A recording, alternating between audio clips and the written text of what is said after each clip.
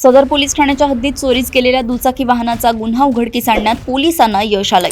गोपनीय माहितीच्या आधारे कारवाई करत पोलिसांनी आरोपीला ताब्यात घेतले असून त्याच्याकडून चोरीस गेलेली दुचाकी जप्त करण्यात आली आहे। माहितीनुसार फिर्यादीने आपली दुचाकी वाहन नमाजासाठी गेल्यानंतर घरासमोर उभी केली होती, मात्र परत आल्यानंतर वाहन चोरीस गेल्याचे निदर्शनास आले।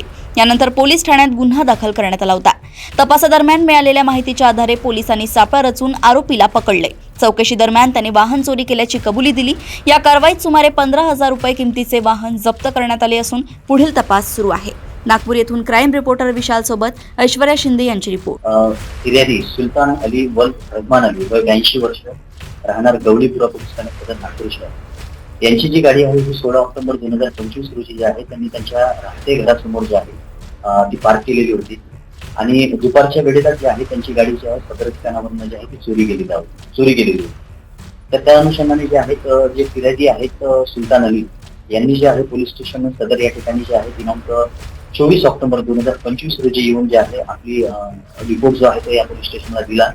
त्या अनुषंगाने जे आहे आम्ही पोलीस स्टेशन सदर या ठिकाणी जे आहे 642/2025 कलम 303(2) भारतीय न्याय संहिता 2023 अन्वये जे आहे अज्ञात आरोपी विरुद्ध जे आहे गुन्हा दाखल केलेला होता। त्या अनुषंगाने जे आहे सदर पोलीस स्टेशनचे जे वरिष्ठ पोलीस निरीक्षक आहेत श्री अमर देशमुख साहेब यांच्या मार्गदर्शनामध्ये जे आहे डिटेक्शन ब्रांचचे प्रभारी पोलीस उपनिरीक्षक श्री निलेश घोगरे व त्यांची टीम, त्याचा जो पूर्ण स्टाफ आहे हे त्या गुन्ह्याच्या अनुषंगाने जे आहे आरोपीचा शोध आणि गाडीचा शोध आम्ही जे आहेत त्या पद्धतीने जे आहे ते काम करत होते।